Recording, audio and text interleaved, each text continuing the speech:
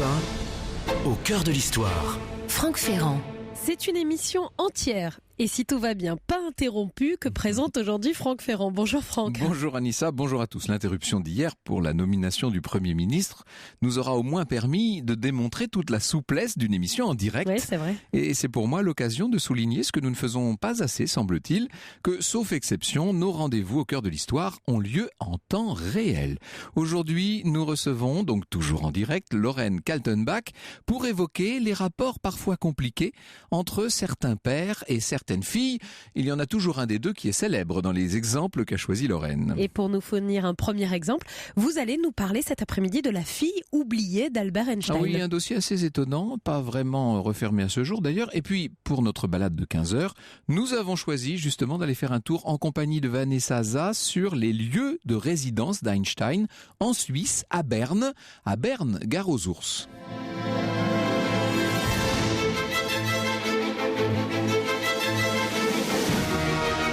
Europe 1, 14h, 15h30. Au cœur de l'histoire. Franck Ferrand.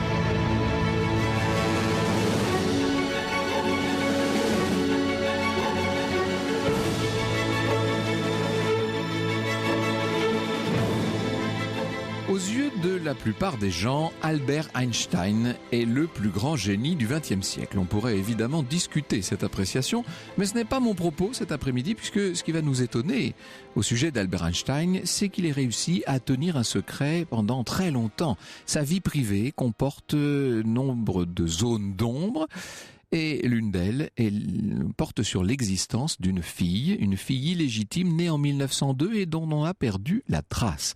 Personne ou presque personne ne sait ce qu'elle est devenue. Aucun biographe n'est encore parvenu à ce jour à établir avec certitude ce qu'il relève de Liesl, donc cette fille d'Einstein. L'énigme commence par l'ouverture d'une vieille boîte à chaussures. Cette boîte contient 54 lettres d'amour échangées entre Albert Einstein et sa première femme, Mileva Marić. Mileva les a gardées pendant 45 ans et lorsqu'elle est morte à Zurich, en 1948, sa belle-fille, Frida, a rapporté la boîte aux États-Unis. Et puis, personne ne s'en est tellement soucié. Et à la mort de Frida, c'est Evelyn Einstein, la petite fille du grand homme, qui met la main sur ces lettres et qui les confie aux archives Albert Einstein de l'Université hébraïque de Jérusalem. On est alors en 1986 seulement. Et ce que l'on ne sait pas encore, c'est que ces lettres contiennent un secret assez étonnant. Outre des mots d'amour, elles mentionnent l'existence d'une fille. Une fille née en 1902. Pourquoi est-ce que jusque-là, personne n'avait jamais entendu parler d'elle? Pourquoi l'existence de cette petite fille d'Albert Einstein est-elle ainsi restée dissimulée? Le secret a été bien gardé. Si bien d'ailleurs que l'existence de Liesl semble carrément avoir été effacée de l'histoire. Mais enfin, qu'est devenu Liesl Einstein? Pour le savoir, il faut que nous remontions donc à cette époque, au début du XXe siècle. En 1901, cette année-là, Einstein fréquente depuis plusieurs années déjà une jeune femme slave du nom de Mileva. Ils se sont rencontrés sur les bancs de l'école polytechnique de Zurich. Mileva est une jeune femme brune. Elle a un physique un petit peu ingrat, il faut bien le dire, mais ses dons pour la physique sont tout simplement éblouissants. Et, disons-le, elle est tout simplement la seule femme de sa promotion. C'est donc une physicienne. Mileva Marić et Albert Einstein sont mus, semble-t-il, par une admiration réciproque. Tout ça commence par une sorte d'estime professionnelle qui très vite va prendre une autre tournure. Leur amour va se nourrir d'échanges intellectuels. Albert ressent un amour sans doute sincère, profond pour Mileva. Nous comprenons si bien chacun l'âme de l'autre. Sans toi, ma vie ne serait pas la vie, écrit-il. Au mois de mai 1901, les deux amoureux se retrouvent en Italie. on est sur les bords du lac de Caume, merveilleux lac de Caume, il y a de quoi tomber encore plus amoureux si je puis dire. Et ils sont envoûtés par cette atmosphère de rêve, par la majesté de ce lac tellement qui miroite au soleil. Je ne sais pas si vous êtes allé sur les bords du lac de Caume. Je n'ai pas eu cette chance. C'est un endroit parfait pour tomber amoureux. Et puis là, le charme même des petites villes, notamment de Caume. Albert et Mileva consomment leur amour. Le risque est grand pour un couple qui n'est pas marié à cette époque. Or, c'est certainement lors de cette escapade romantique que Mileva va tomber enceinte. Lorsque Albert Einstein apprend la nouvelle, il est enthousiaste, disons les choses. Il écrit à Mileva qu'il espère que ce sera un petit garçon. Il voudrait l'appeler Hansel. Mileva, elle, préférerait que ce soit une fille. Et si c'était une fille, eh bien, on l'appellerait Liesel. Et voilà ce qu'écrit Albert à Mileva dans une lettre datée du 12 décembre 1901. Une de celles qu'on a extraites de la boîte à chaussures. Ma petite chérie, prends bien soin de toi et sois heureuse pour notre cher Liesel que je préfère imaginer secrètement être un Hansel. Dans cette lettre, Albert évoque un poste qui pourrait s'offrir à lui à Berne. D'ici 2 mois, nos vies pourraient changer pour le mieux. Je bouillonne de joie lorsque j'y songe. Ensemble, nous serons les personnes les plus heureuses sur Terre. Le seul problème que je dois encore résoudre est celui de savoir comment garder Liesel avec nous. Je ne voudrais pas l'abandonner. Il ne faut pas qu'elle soit nourrie au lait de vache. Cela la rendrait stupide. Ton lait serait autrement nourrissant. Et il signe Johnny. Et il appelle Mileva Dolly, au passage. En 1902, Mileva retourne dans la ville de ses parents, à Novi Sad, dans la province de Voïvodine, dans l'actuelle Serbie, si vous voulez. Elle accouche donc d'une petite fille. Et oui, c'est une petite fille. Einstein est en Suisse. Il lui écrit « Mon trésor d'amour, j'espère que tu es joyeuse et en forme au moment où tu reçois cette lettre. Tu vois maintenant qu'il s'agit bien d'une Liesel comme tu l'avais voulu. Est-elle en bonne santé au moins? Pleure-t-elle? À quoi ressemblent ses yeux? Ressemble-t-elle davantage à l'un de nous? Qui lui donne du lait? A-t-elle faim? Pourrais-tu faire une photographie d'elle quand tu te sentiras mieux? Je l'aime tant et ne la connais même pas encore. » Or, dès l'année suivante, en 1903, on perd tout simplement la trace de cette petite Liesel. L'enfant est encore mentionné quelques fois dans la correspondance d'Albert et de Mileva, et puis plus rien. Juin 1902, Mileva rejoint Albert à Berne. À ce moment-là, elle est seule. Est-ce que le couple s'est disputé au sujet de Liesel? On sait que Mileva voulait l'emmener avec elle en Suisse, tandis qu'Albert aurait préféré qu'elle ne vînt pas. Faire venir un enfant illégitime en Suisse, à l'époque, vous voyez, ça pouvait nuire à sa réputation et donc à sa carrière, etc. Qu'est-ce qu'ils ont décidé à propos de Liesel? Mileva a-t-elle laissé la petite fille à ses parents pendant qu'elle rejoignait Albert en Suisse? Bref, on ne sait pas, puisque vous êtes en train de le comprendre, nous sommes confrontés à ce qui demeure un mystère. Et diffusé sur National Geographic Channel, une série en 10 épisodes sur la vie du physicien allemand Albert Einstein. Restez avec nous sur Europe 1 cet après-midi. Franck Ferrand essaye de percer le mystère de la fille d'Albert Einstein. Et la suite, c'est dans un instant sur Europe 1. Europe Au cœur de l'histoire. 1, Franck Ferrand. Cet après-midi, nous sommes au cœur de l'histoire des relations père-fille et notamment celle d'Albert Einstein. Nous découvrons cette face cachée du physicien.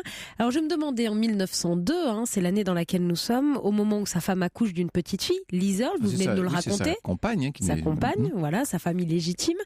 Où est-ce qu'en est Einstein sur ses recherches scientifiques? Est-ce qu'il a déjà élaboré sa célèbre théorie de la relativité? On s'en approche, mais pas encore. Non, Einstein n'est pas encore le physicien reconnu, puis mondialement populaire qu'il deviendra au moment de la Première Guerre mondiale, et puis surtout à partir des années 20, disons-le. En 1902, il a 23 ans seulement. Sa situation est précaire.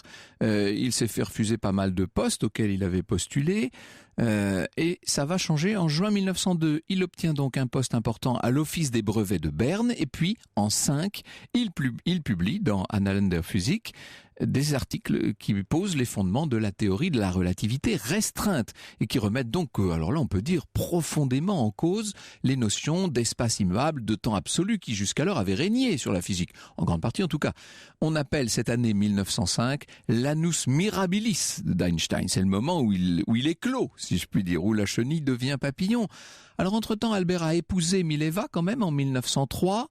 malgré les objections de ses parents qui étaient tout à fait opposés à cette union. Ils n'ont pas une très haute opinion de Mileva, qu'ils trouvent trop intellectuelle, et puis elle n'est ni allemande ni juive, elle boite, disent-ils.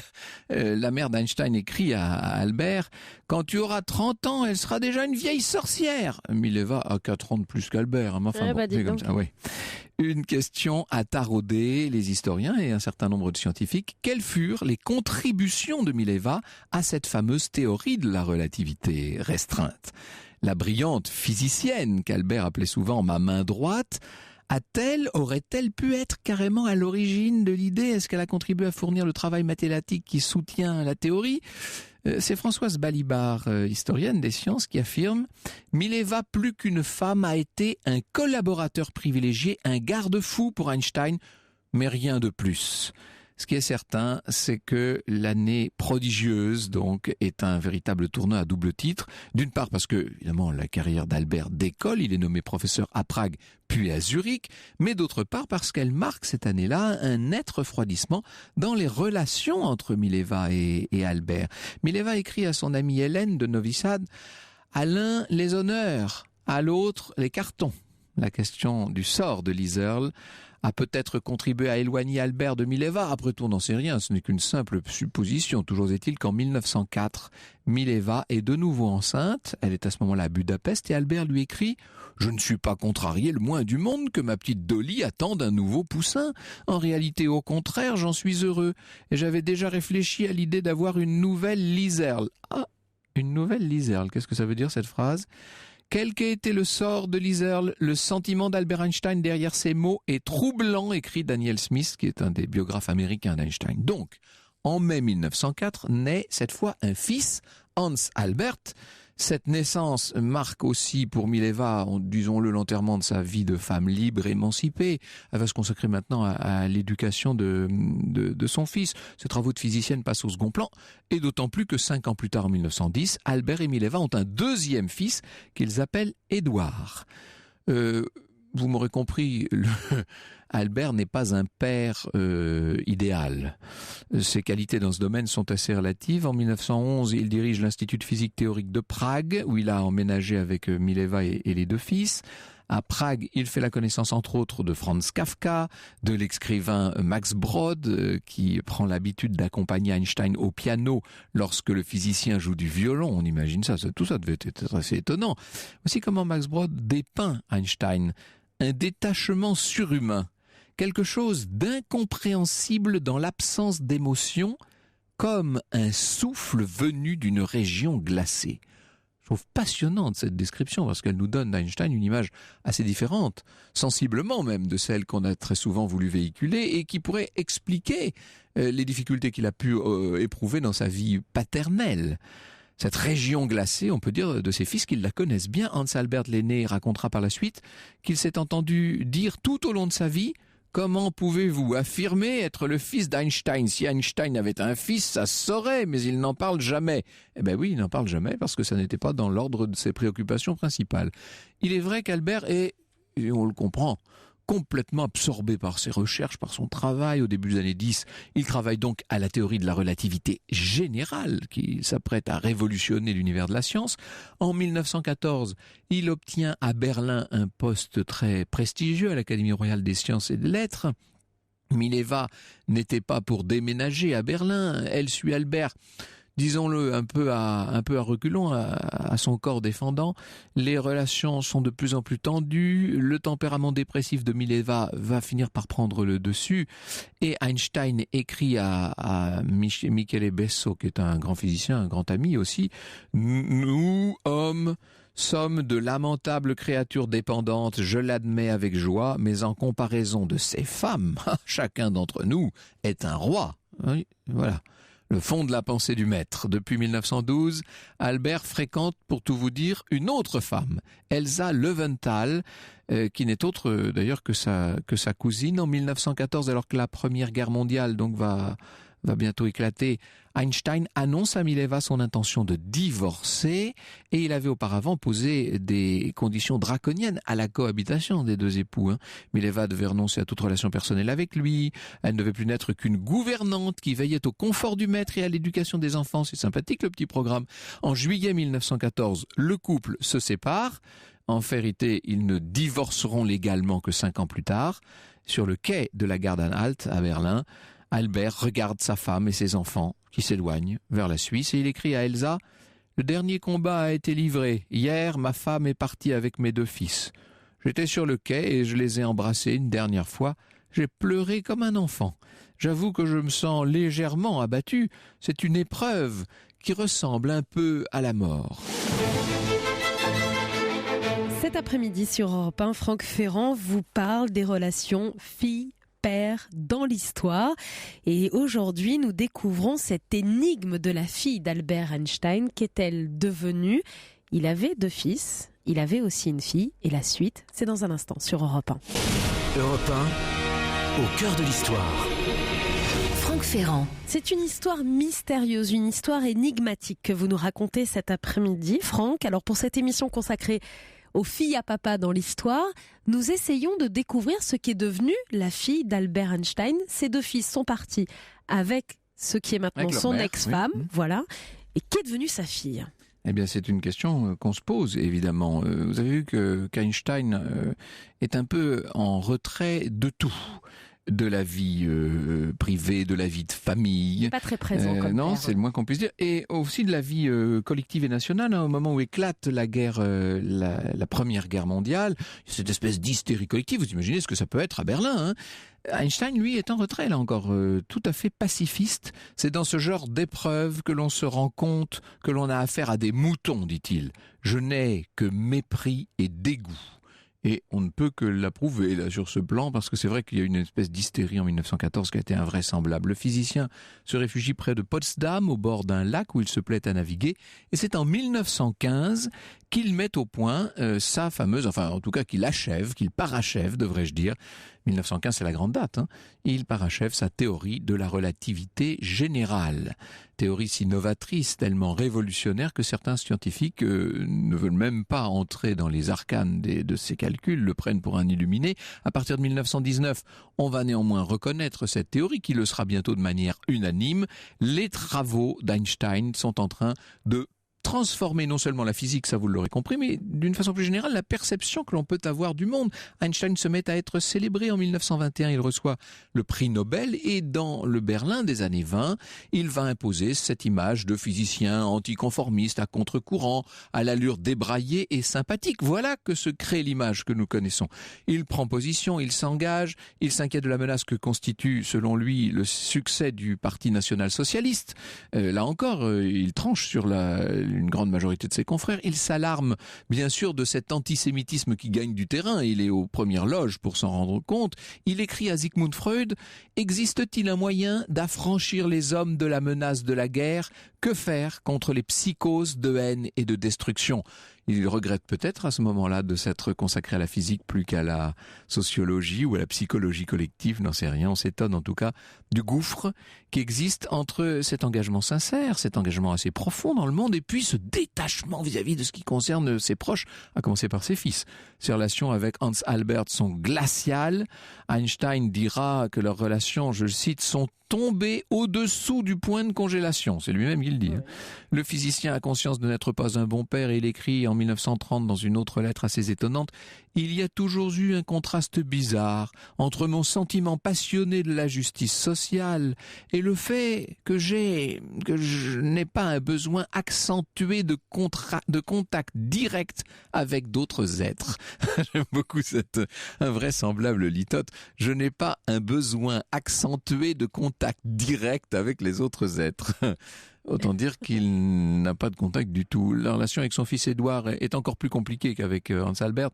Le père s'est toujours opposé au désir de son fils de devenir psychiatre. Édouard plonge dans une véritable dépression. Il va être interné dans la clinique de Burghölzli à Zurich. On le dit schizophrène. Est-ce qu'il l'est véritablement ? En tout cas, il a des fragilités évidentes et qui tendent à s'amplifier. En 1933, Albert Einstein rend pour la première fois, et j'ai envie de dire aussi pour la dernière fois, visite à Édouard dans l'hôpital psychiatrique de Zurich. On assiste à ce moment-là à une scène très émouvante. Le père se met à côté de son fils et lui joue du violon. C'est peut-être le seul moyen, somme toute, qu'il ait trouvé pour surmonter toutes ces inhibitions, ces incompréhensions, ces incapacités à communiquer avec ce fils enfermé dans sa bulle de tristesse et de désespoir. L'auteur Laurent Sexic a consacré un livre à Edward Einstein, s'appelle Le cas Edward Einstein, et il explique que la maladie psychiatrique de ce fils effraie en vérité le physicien. Cet homme-là n'a peur de rien, il n'a pas peur de Staline, il l'a montré, il n'a pas peur de Goebbels, presque moins encore, et encore moins des équations les plus compliquées qui puissent exister. En revanche, les difficultés d'Edward dépasse son entendement. C'est quelqu'un, Einstein, qui aime maîtriser la situation. « Mon fils est le seul problème qui demeure sans solution », écrit-il dans une lettre. Vous voyez, c'est dit ça. En 1933, vous savez qu'il fuit lui-même le nazisme, bien sûr, il se réfugie aux États-Unis et par la suite, il n'aura plus que des contacts occasionnels et même distants avec ses deux fils. Ah, vous allez me dire les fils, d'accord. Et sa fille. Et sa fille, qui est devenue Liesl. Eh bien, on a perdu sa trace. À partir de 1903, je vous l'ai dit, plus aucune archive ne fait mention d'elle. Einstein lui-même n'en parlera jamais. Jusqu'à la fameuse publication des lettres d'amour entre lui et Mileva en 86. Les historiens se penchent évidemment sur la question. Alors on a émis plusieurs hypothèses. Michele Zackheim, à la recherche de Liesl, en est arrivé à la conclusion que Mileva aurait laissé Liesl à ses parents en Serbie lorsqu'elle est allée rejoindre son mari donc à Berne. Et l'année suivante, en septembre 1903, la petite Liesl, qui était atteinte de scarlatine, serait décédée. Alors elle n'aurait pas eu 2 ans. L'historien américain Robert Schulman lui propose une autre hypothèse. La petite Liesl aurait été adoptée par une amie intime de Mileva, Helen Savitch, qui l'aurait élevée comme sa propre fille, et donc Liesl aurait pris le nom de Zorka Savitch et elle aurait vécu, figurez-vous, jusqu'aux années 1990. C'est une hypothèse séduisante et qu'on aurait envie de croire, ça n'est pas la plus plausible, loin de là. La plus plausible, c'est celle d'une mort en bas âge, bien sûr. Si Liesl avait effectivement survécu, alors quelles auraient été ses relations avec son père? Voilà une question qu'on a très envie de poser à notre invité d'aujourd'hui. Est-il possible qu'Einstein ait eu par ailleurs d'autres enfants illégitimes? Est-ce que certains referont un jour surface? Vous voyez finalement que la biographie d'Albert Einstein est parfois presque aussi ardue à suivre que ses écrits physiques et mathématiques. Bonjour Lorraine Kaltenbach. Bonjour. Vous êtes l'auteur chez Flammarion de Fille à papa, ces rapports entre père et fille. Avec vous, nous allons revenir sur un certain nombre de cas passionnants. Europe 1, au cœur de l'histoire. Franck Ferrand.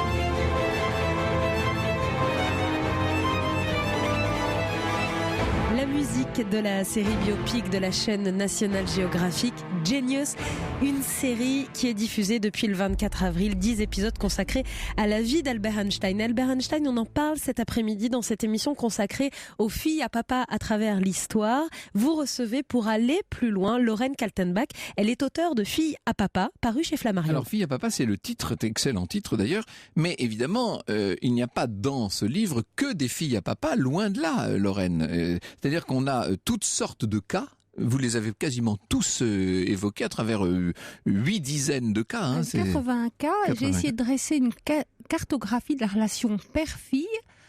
Mon premier chapitre, il y en a 7, et l'amour avec un grand A. Et le dernier, le 7e et dernier, le torchon brûle. À bon entendeur, plus on s'avance dans mon sommaire, plus les choses se corsent. Pour faire vite. Oui, c'est vrai. On a d'ailleurs sur la couverture une très belle photo de Kennedy. Expliquez-nous, tiens, cette photo qui en soi est quasiment tout un programme. Alors, je ne peux pas vous dire exactement quel jour elle a été prise. Je peux vous dire en revanche que Caroline Kennedy et son père avaient une relation très très fusionnelle. Il faut dire qu'elle arrive après la mort de la première fille des Kennedy, Arabella. Et à chaque fois que vous verrez des images de Kennedy, quand vous voyez des images sur son bateau à Yannisport, il y a toujours la petite Caroline qui est sur ses genoux. Et enfin, je ne sais pas s'il faut que je parle d'elle maintenant, parce qu'il n'est pas totalement exclu qu'un jour on ait une candidature Caroline à la Maison Blanche. Ah oui, vous pensez ça ? Oui, je pense ça, parce qu'elle a été très agacée par le traitement que lui a réservé Donald Trump, qu'elle vient de décider, alors qu'avant elle n'osait pas se mettre dans la mêlée, elle a toujours eu une vie très très discrète, elle vient de décider de se présenter au sénatorial au poste de son parrain, Bob Kennedy, assassiné en 68. Nous parlerons bientôt du reste. Et qu'assez vraisemblablement, en plus là, elle a pris un peu de la bouteille parce qu'elle avait été nommée par Obama, cet homme qui lui faisait tellement penser à son papa, elle a été nommée ambassadrice au Japon, donc maintenant elle est plus dégourdie en politique, et je pense qu'elle a envie d'en découdre. Ah, ça c'est amusant. J'aime beaucoup les observations de Lauren Kaltenbach sur la vie politique mondiale, on peut dire. De ce point de vue, vous avez vraiment des sources d'informations très variées, très nourries, très intéressantes. Alors, revenons un instant sur le cas de Liesl Einstein. Moi, on n'en sait rien, mais on a envie d'être méchant et malveillant avec lui. Et non, mais c'est vrai, on pense à sa nomination en juin à Berne. Il se voit mal avoir une fille hors mariage, et je pense qu'il pense à sa carrière. On est au tout début du siècle, hein, et puis on rigole pas à Berne. Avec ça. Ouais. Et puis au-delà de l'époque, je pense qu'il fait partie de ses pairs, et j'en ai un certain nombre dans mon sommaire qui définitivement pensent à eux-mêmes, sont incapables d'attachement ou de sollicitude paternelle, et qui sont tout à leur cause. Mais en même temps, sans vouloir défendre à tout prix Albert Einstein, et dans d'autres émissions et sous d'autres points de vue, je me suis permis parfois de l'égratigner assez durement, mais il faut bien reconnaître que la passion qui l'habite et la révolution à la tête de laquelle il s'est lui-même placé dans la conception même qu'on peut avoir des sciences, du monde, de l'univers, font qu'il a peut-être, pardonnez-moi, mais il a peut-être autre chose à faire que de s'occuper de ses enfants, non ? Oui, voilà. Il se doit à la science, oui. Bah, écoutez, vous pouvez voir ça comme ça. Moi, je pense qu'il y a quand même des hommes un peu infantiles qui ne sont pas capables d'assumer des responsabilités. Cette petite fille n'a pas demandé à naître. Et vous en avez plein comme ça. Vous avez aussi Trotsky, c'est exactement le même cas. Il va l'abandonner une première fois quand elle a 18 mois. Et évidemment, c'est parce que la révolution l'appelle. Donc il est obligé d'abandonner sa femme et ses deux petites filles. C'est aussi Orson Welles qui ne s'occupe pas de ses enfants, qui est capable de dire à sa fille, ma fille, tu ne peux pas savoir le nombre d'enfants morts-nés que j'ai eu faute de financement, parce que ses seuls enfants, ce sont ses films. Ça peut être aussi le père de Simone Signoret qui abandonne ses 3 enfants parce que la résistance et le général de Gaulle l'appellent. Oui, c'est très très bien, mais c'est aussi des types, voilà, auprès desquels on sent bien. Moi, je pense que c'est pas l'œuvre, le combat qui les oblige à. Je pense que ça précède. C'est des types qui n'ont pas tellement envie de s'occuper, qui ont envie de rester des petits soleils et pas s'occuper d'autrui. Votre livre est très original, c'est une très bonne idée. Nous avons très souvent consacré ici, de façon directe ou indirecte, des émissions au rapport entre les mères et les fils, puisqu'évidemment, derrière chaque grand homme de l'histoire, il faut chercher quelle mère il a eu. Ça, c'est quasiment un pont aux ânes. Mais en revanche, les rapports entre les pères et les filles sont l'objet d'une bibliographie très réduite, disons les choses.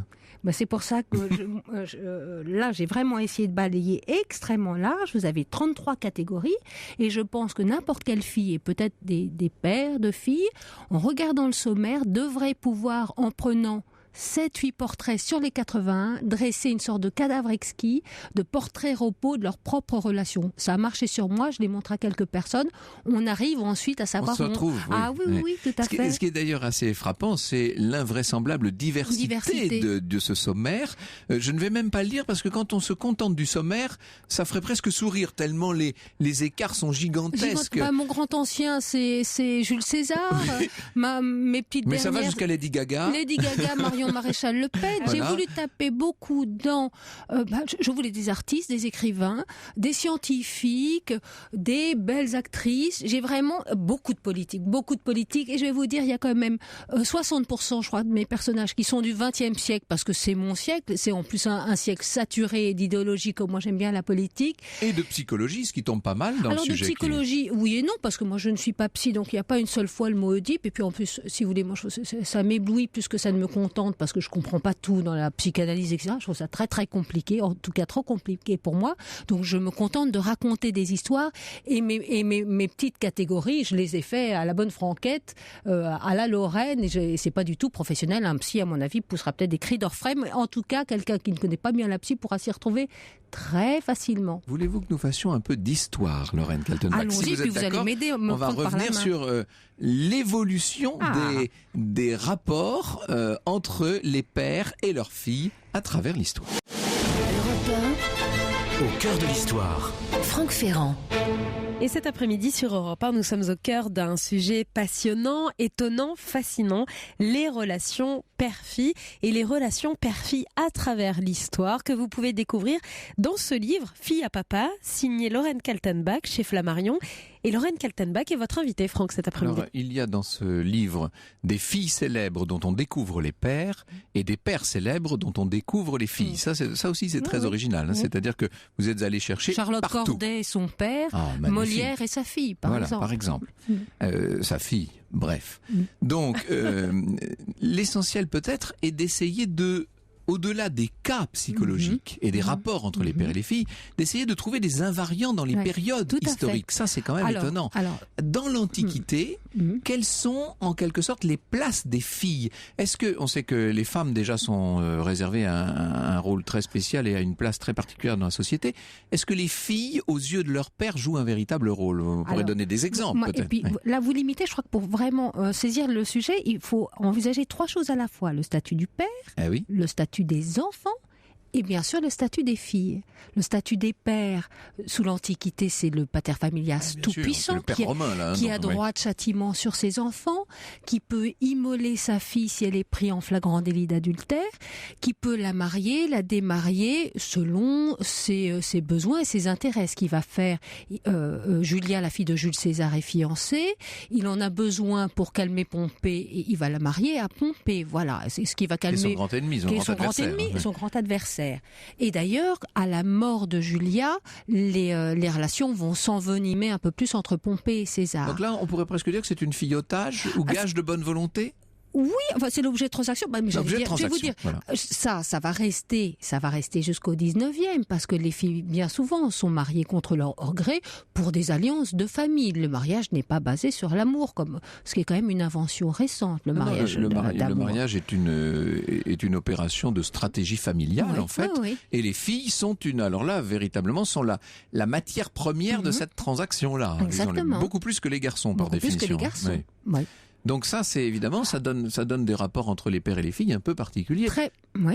Avec des exceptions, bien entendu. Avec des exceptions, mais des rapports qui, évidemment, le père, ce père de l'Antiquité, et son rapport avec le père plus évanescent qu'on peut connaître aujourd'hui, et qui peut parfois même se limiter à quelques gamètes dans le cadre d'une PMA.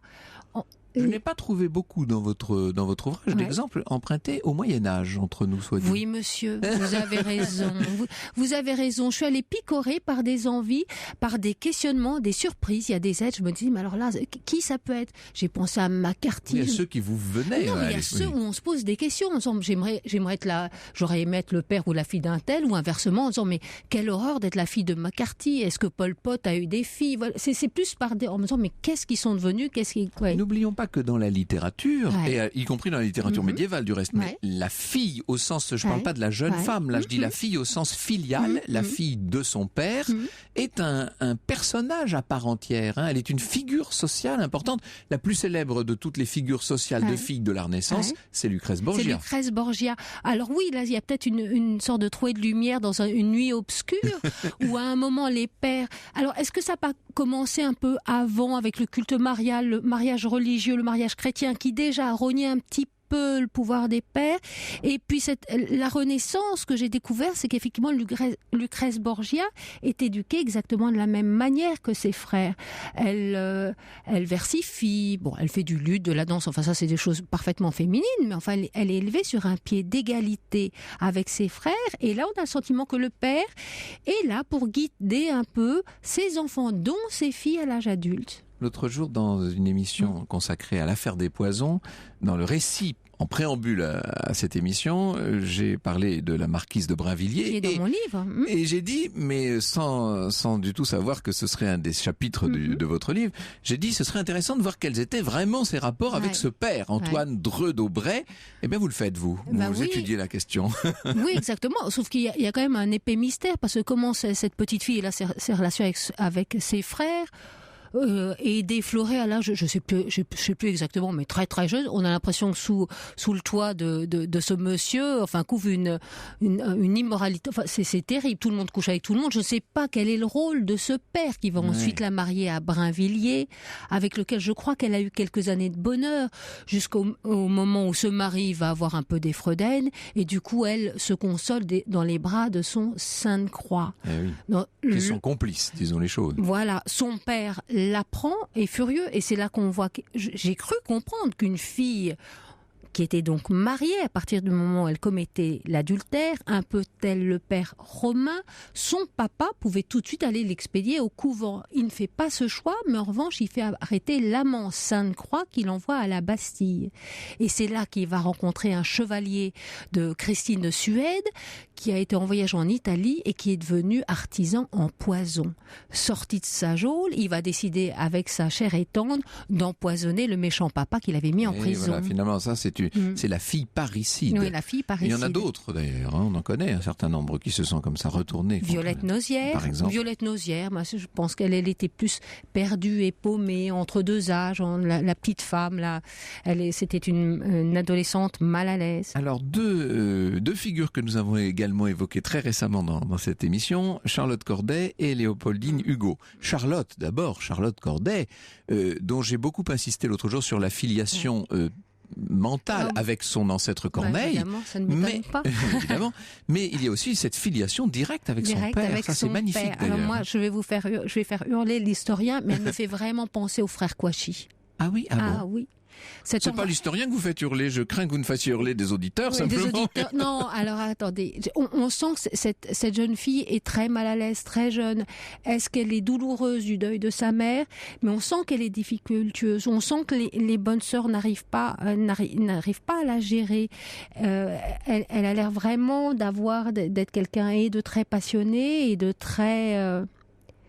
Oui, de très sensible. Moi, c'est ce que j'ai senti. Alors, quand j'ai les frères, excusez-moi, je retire immédiatement ce que je viens de dire, mais je sens qu'il y a quelque chose comme ça. Mais disons qu'il y a quelque chose d'absolu, en tout cas. D'absolu. Et ce père qui ne s'occupe pas d'elle, parce qu'à cette époque-là, les pères sont quand même très absents. Il n'est pas le premier.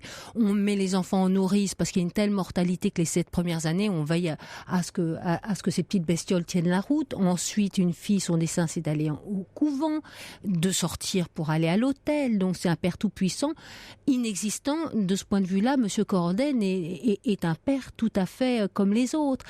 Mais adieu mon cher papa, lui écrit-elle au moment où elle va partir. C'est grandiloquent. Je vous prie de m'oublier, ou plutôt de vous réjouir de mon sort. Vous connaissez votre fille, un motif blâmable n'aurait pu la conduire. C'est grandiloquent si l'on n'est pas conscient du contexte dans lequel c'est écrit. Et si l'on est conscient du contexte, ça devient plus sublime que grandiloquent, me semble-t-il. Et alors, la fille, alors celle, évidemment, peut-être la fille la plus célèbre en tant que fille à son père, de toute, c'est Léopoldine Hugo, bien sûr, qui va, alors elle, on peut dire, fracasser et bouleverser la vie de son père. Après que son père l'a un petit peu, dans un premier temps, un tout petit peu méprisé. Enfin, pas méprisé, mais un petit peu oublié, disons. Alors moi, je vous pose la question. Je pense que si Hugo à la fois était un très bon papa, c'est vraiment ces nouveaux pères un peu du 19e qui, pour le coup, s'occupent de leurs enfants. Et donc, Léopoldine et sa Didine chérie, mais je pense que c'est peut-être un être qui a perdu lui-même trop de gens quand il était jeune, que ce soit son parrain, que ce soit sa mère, je crois qu'il la perd à 19 ans, et il ne peut pas voir un enfant un peu s'éloigner, et surtout sa Didine. Et donc il va pas être un beau père il va être assez odieux à partir du moment où elle va annoncer qu'elle veut se marier. Et oui, et il lui pardonne pas vraiment. Et il ne se pardonnera pas de ne pas être passé par Villequier avant de partir. Il est passé très rapidement. Oui, Alors, trop vite, oui. Qu'est-ce qui se passe concrètement? Elle se marie, il est obligé d'accepter. Elle part à Villequier, elle part en Normandie avec son nouveau mari. Et elle lui écrit... Avant, je reviens pas en arrière, le jour de sa nuit de noces, elle lui demande: papa, s'il te plaît, fais-moi quelques vers pour ce jour béni entre tous. Et il lui envoie ces quatrains vraiment culpabilisateur en disant: bah va à ton bonheur, laisse-nous l'ennui. Enfin, c'est terrible. Elle part, elle lui envoie des longues lettres en disant: papa, viens nous voir, viens nous voir. Il ne lui répond pas ou lui envoie des petits billets un peu sibyllins. Il va venir quand même passer une journée avant l'été à Villequier. Il ne dort pas là-bas et puis il part en voyage avec Juliette Drouet. Le drame. Et on sait ce qui se passe le 9 ou 19 septembre. Elle va se noyer dans la Seine avec son mari. Elle s'est noyée dans la Seine. Il s'en remettra jamais. Filles à papa, c'est édité chez Flammarion, un ouvrage extrêmement complet, étoilé, aurait dit Barthes, un ouvrage profus de Lorraine Kaltenbach. Nous allons venir maintenant à quelques filles contemporaines. Europe 1, au cœur de l'histoire. Franck Ferrand. Nous sommes au cœur de l'histoire des relations père-fille. Après les filles de l'histoire, nous allons rentrer dans l'histoire des filles contemporaines. Mais avant cela, nous accueillons Vanessa Zaza, journaliste sur Europe 1, que vous retrouvez tous les dimanches matins aux côtés de Wendy Bouchard dans les escapades culturelles. Et Vanessa va nous emmener à Berne cet après-midi. Bonjour Vanessa, bienvenue. Bonjour Franck. Vous nous emmenez donc en Suisse aujourd'hui, sur les pas du grand Einstein, bien sûr. Enfin, du grand, il a été un peu écorné dans le début de cette émission. Son image l'a été en tout cas. J'ai entendu. On va partir à Berne. On aurait pu partir à Zurich. Il n'y a pas vraiment de traces en fait. Moi, je me rappelle avoir fait il y a longtemps de ça une conférence dans l'amphithéâtre de l'école polytechnique de Zurich. Et alors, vous savez que le public suisse est très attentif. Et alors, d'ailleurs, j'avais eu ensuite beaucoup de courriers sympathiques, etc. Mais sur le coup, les gens ne sont pas très démonstratifs. Et alors, je voyais ce public très peu réactif, qui n'applaudissait pas, etc. Je me suis dit, mon Dieu, que se passe-t-il?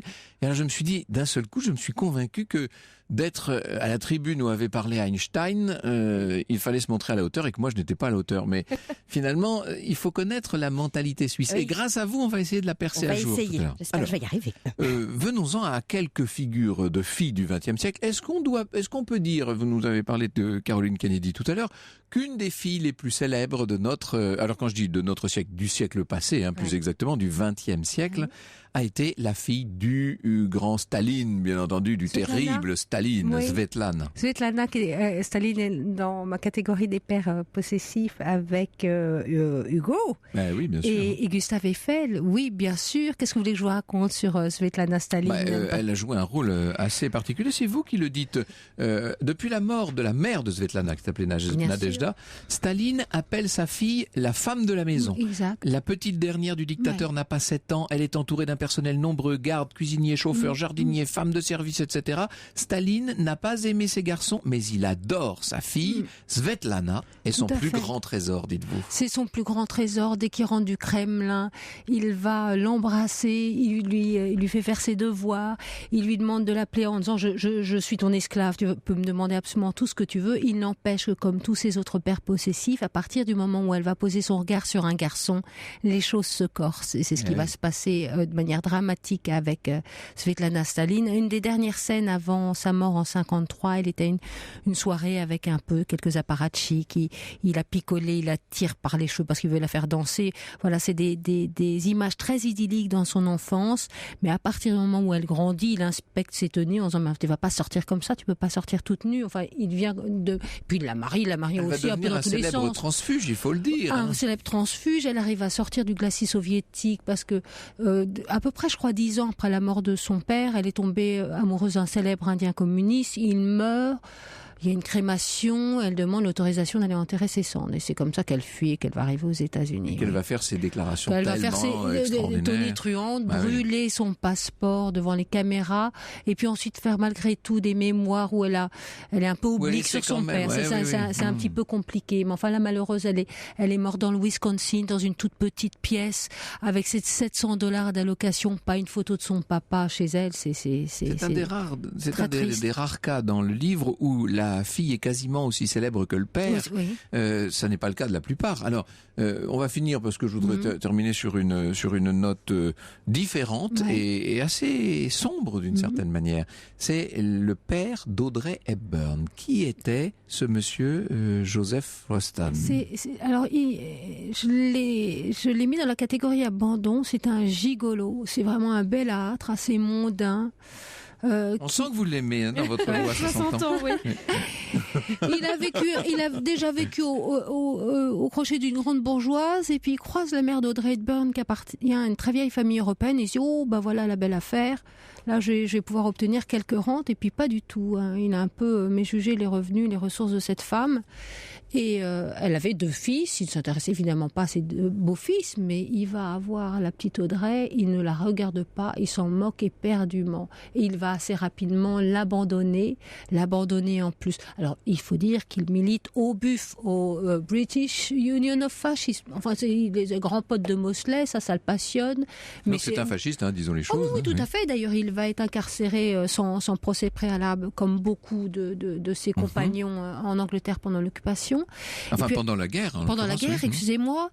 On connaît son destin pendant l'occupation. Elle va terminer à 1m73 et 40 kilos. Elle va manquer de mourir de faim, d'où ses engagements ultérieurs à l'UNICEF, etc. Et puis, il disparaît, en fait. On va se rendre compte que Mel Ferrer sent bien que sa femme ne va pas bien. Il fait une enquête pendant 1 an. On retrouve la trace de cet homme à Dublin, où il s'est remarié. Elle va le voir un jour dans un hôtel. Ils vont parler 2 minutes. Elle va dire à son mari, bon, je crois que c'est bon, on peut y aller. Ils ne se reverront plus jamais. Mais toute sa vie, jusqu'à la mort de ce père, elle va lui faire verser une rente. Voilà, c'est très triste. Oui, c'est une façon assez triste, mais assez belle de finir ce tout petit aperçu des 81 cas que vous nous proposez, Lorraine Kaltenbach, dans cet ouvrage paru chez Flammarion et qui s'intitule « Fille à papa ».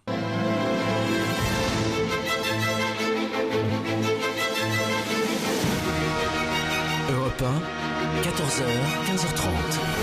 Au cœur de l'histoire, Franck Ferrand. Et cet après-midi, la Ferrand Mobile, si vous venez de nous rejoindre, vous emmène à Berne. Nous allons en effet découvrir cette ville qui abrita bien le génie de Einstein. C'est là où il développa sa théorie sur la relativité. Vous connaissez Berne, vous voulez nous en parler, vous voulez poster des photos, eh bien n'hésitez pas, rendez-vous sur Twitter avec le hashtag ACDH ou sur la page Facebook Au cœur de l'histoire. Et notre guide cet après-midi pour visiter Berne, c'est Vanessa Zah, journaliste Europe 1. Et Vanessa, il faut peut-être qu'on précise que Berne est la capitale de la Confédération helvétique, bien sûr. Exactement, donc dans le canton de Berne. Bien sûr qu'Albert Einstein a fait ses études à Zurich, et j'ai dit ensuite qu'il y est devenu professeur, qu'il a enseigné la physique, etc.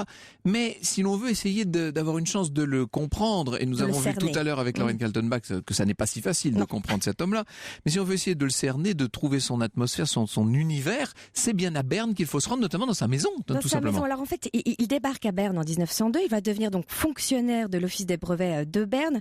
Son travail de cordonnier, comme il l'a dit, il l'a fait pendant 7 ans, mais finalement il en était bien content, parce que ça lui servait de couvent laïque pour pondre ses plus belles idées, a-t-il dit. Et alors, à cette époque-là, donc en 1903, il va s'installer dans une maison. Il va emménager avec son épouse, donc Mileva, dans un appartement au 2e étage d'un immeuble qui est situé à Gramkasse, au 49 exactement. Là, on est en plein cœur du cœur historique de Berne. On rappelle que ce centre historique, en plus, est classé au patrimoine mondial de l'UNESCO. Et figurez-vous que cet appartement, il se visite aujourd'hui. Et c'est assez émouvant. Il a été remis dans l'esprit, complètement, dans le jus. Même, il y a que les tapisseries en fait qui ont été restaurées, oui, bien sûr, voilà, mais qui ont été refaites donc à l'identique. Alors c'est un appartement assez modeste, puisqu'à l'époque, je vous le disais, il était fonctionnaire, il ne gagnait pas énormément d'argent. Ils vont y rester 6 ans, et donc on y voit encore le mobilier de l'époque. Il y a surtout le berceau qui est encore là, le berceau de son premier fils, et puis des photos de lui et de Maëva, de sa famille. Et en effet, comme le disait Anissa tout à l'heure, c'est ça qui est important, et c'est pour ça qu'on est à Berne, c'est dans cet appartement qu'il va écrire la grande théorie donc de la relativité en 1905. Voilà. Oui, alors, il y a pas que la maison d'Albert Einstein à Berne. Il y a un musée, un très beau musée, un musée donc il est consacré, qui est intégré au musée d'histoire de Berne. Alors donc ce musée sur Einstein est très complet puisqu'il s'étend quand même sur presque 1000 mètres carrés. Alors la scénographie est très bien faite puisque vous retrouvez évidemment plus de 500 objets originaux, dont d'ailleurs son passeport suisse, des reproductions de l'époque avec d'ailleurs un cinéma des années 20, des films aussi, presque 70 films dans lesquels d'ailleurs vous le découvrez faisant le pitre et s'ébouriffant les cheveux avant chaque séance donc de photographie, et puis donc des animations qui vous plongent dans sa vie privée, mais aussi dans ses découvertes scientifiques, mais tout en comprenant aussi le contexte de l'époque, le monde de l'époque, donc des années 20, et puis évidemment l'Holocauste, Hiroshima. Et honnêtement, même si moi je suis complètement un peu hermétique à tout ce qui est mathématiques, physique. Ils étaient championnes en sciences physiques. Pas du tout. Ah non, je sais pas. Mais fausses rumeurs. Littéraire, les mathématiques et moi, c'est pas possible. Voilà, mais vous êtes quand même happé en fait par toutes ces découvertes, et c'est très accessible. Et alors pour info, je sais pas. On va pouvoir passer une nuit avec Einstein, si je puis dire. En même temps, ça fait pas forcément rêver comme ça. Quel projet mais non, il propose, en fait, le musée propose pour le 2 juin, donc dans une semaine, de passer une expérience assez insolite, c'est-à-dire un jour et une nuit pour vivre avec lui, connaître toutes ces petites citations si connues mais pointues, et puis de découvrir des anecdotes sur sa vie, mais surtout de pouvoir étudier le firmament avec lui, et puis se faire enfin expliquer la vitesse de la lumière. Moi, je pense que je vais y aller rien pour ça. Vous allez repartir pour Berne, donc si je comprends. Berne pour la nuit. Alors, on va pas parler que d'Einstein, bien entendu. On va évoquer la ville elle-même, qui est classée sur la liste des sites du patrimoine mondial, classée par l'UNESCO. Et c'est une ville qui est particulièrement belle parce que elle a conservé quelque chose de cette magie que les contrées helvétiques ont pu revêtir à la Renaissance, en fait. Il y a quelque chose de ça. Alors d'ailleurs, vous parlez de Renaissance, il y a d'ailleurs des fontaines très colorées qui sont ornées de personnages Renaissance du XVIe siècle. Et comme vous le dites, il y a une magie assez médiévale avec des maisons en grès, des ruelles. Finalement, quand vous êtes dans cette capitale, vous n'avez pas l'impression d'être dans une capitale. D'ailleurs, c'est une des plus petites capitales d'Europe. Oui, c'est relativement modeste. Vous avez l'impression d'être dans une grande ville médiévale de province et harmonieuse, et en même temps avec un petit côté campagne, parce que finalement cette ville est blottie dans les courbes de cette rivière de l'Aar, et donc ça lui donne du charme. 2AR. Et ce qui fait que n'importe où dans le centre-ville, où que vous soyez, vous êtes toujours près des berges de la rivière, voilà. Et puis vous avez une vue finalement sur toutes ces maisons fleuries par des géraniums. Voilà. La question à 100 € qui me vient. Et pourquoi est-ce qu'on appelle... Ah là, je vous vois, j'aime bien quand même. Oui. Pourquoi est-ce qu'on appelle cette ville Berne? D'où vient ce nom de Berne? Alors, en fait, la légende veut qu'en 1191, Berchtold V, le duc de Zeringen, décide de nommer la ville du nom du premier animal qu'il rencontrerait. Et ce fut un ours. Un ours qui a été tué sur... un âne, par exemple. Ou un serpent, sur la presqu'île de l'Aar. Et l'ours donc se dit Bär en allemand, ce qui donnera après Berne, puis Berne. Et depuis, c'est pour ça que l'ours se trouve sur les armoiries de la ville. Et pas seulement sur les armoiries, aux zoos aussi. On va en parler après, on peut toujours en voir dans le parc aux ours, près de Niedekbrück. Franck, vous devez 100 € je crois à Vanessa. Oui, c'est vrai, c'est peut-être pas une très bonne idée que j'ai eue là finalement. Un bon restaurant, merci. Je me disais, personne n'a entendu. Oh tiens. On a des preuves. On va aller visiter quelques monuments pour vous changer les idées.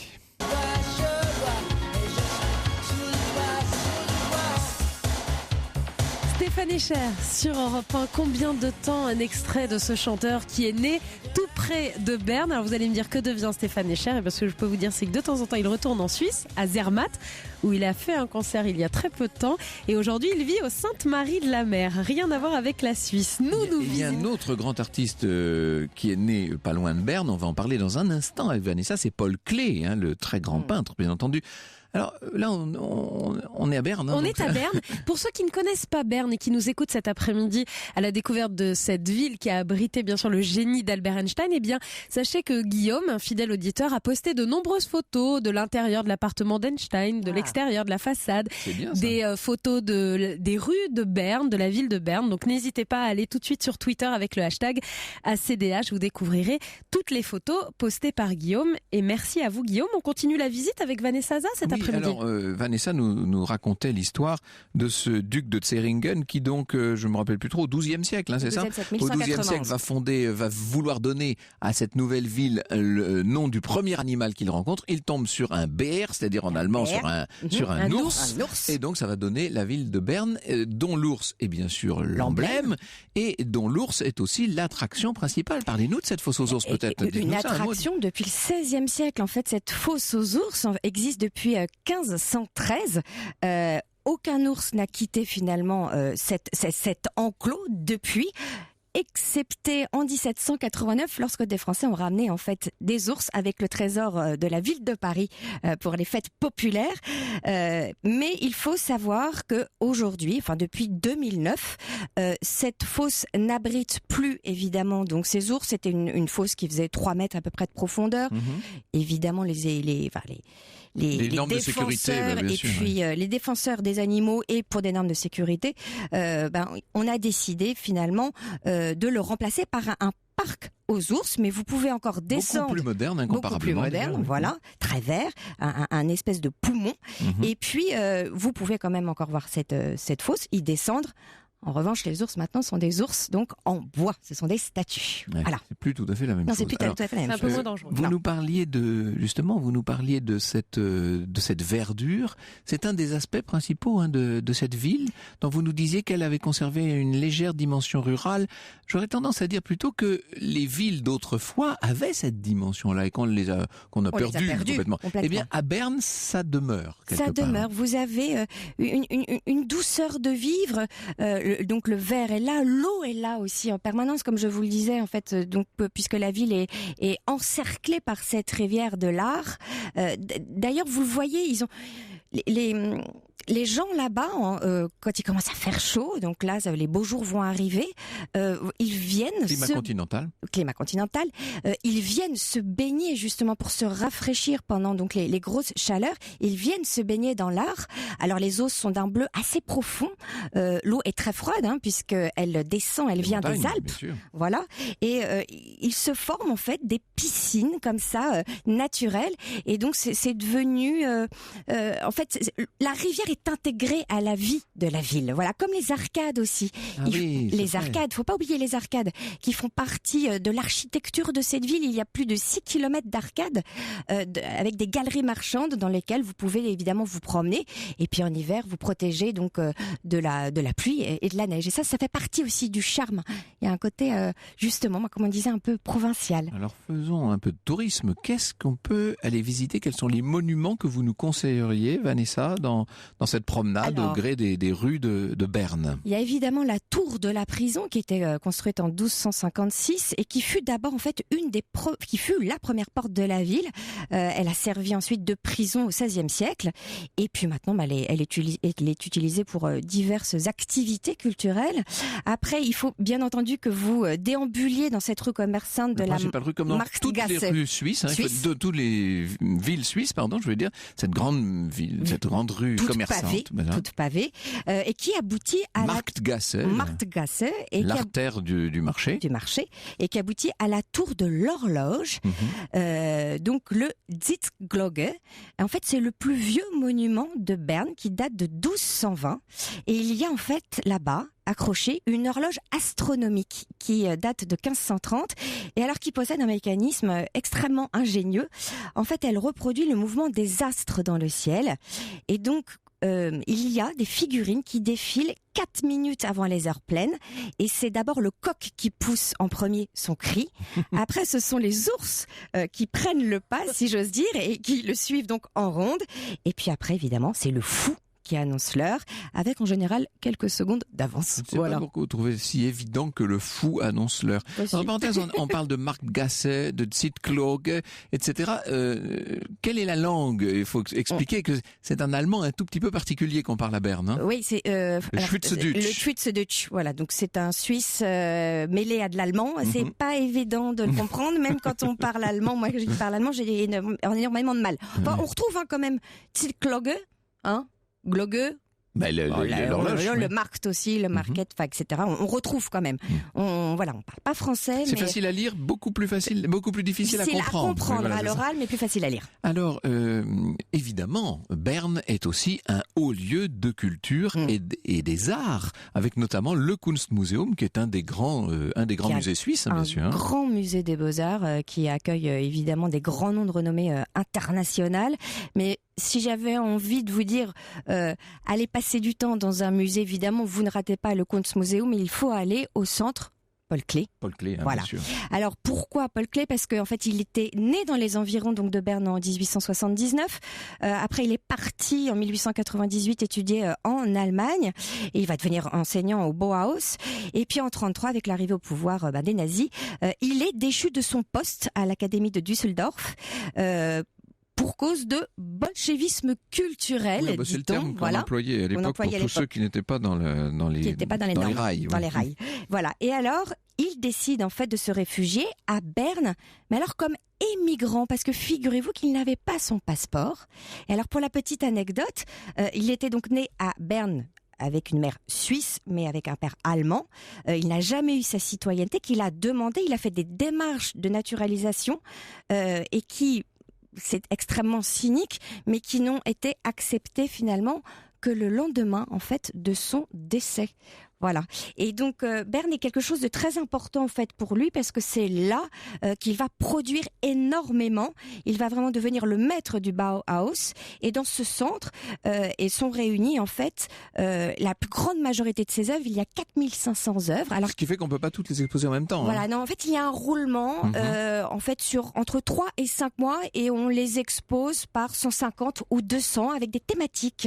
Et le centre lui-même, c'est une architecture de piano, Renzo Piano.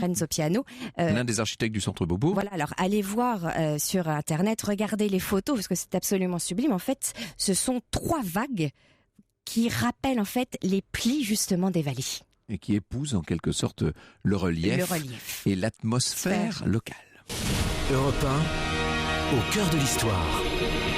Franck Ferrand. Et encore pendant quelques minutes jusqu'à 15h30, nous nous baladons à Berne en Suisse à la découverte des monuments, des jolies rues et puis à la découverte du patrimoine gourmand de Berne avec Vanessa Zaza. Et entre deux, on fait une petite baignade donc dans ces eaux à la fois très froides, très bleues, très profondes et magnifiques. Ça revigore. Ça revigore. Alors, de quoi peut-on faire son repas lorsqu'on est on a le choix. À Berne?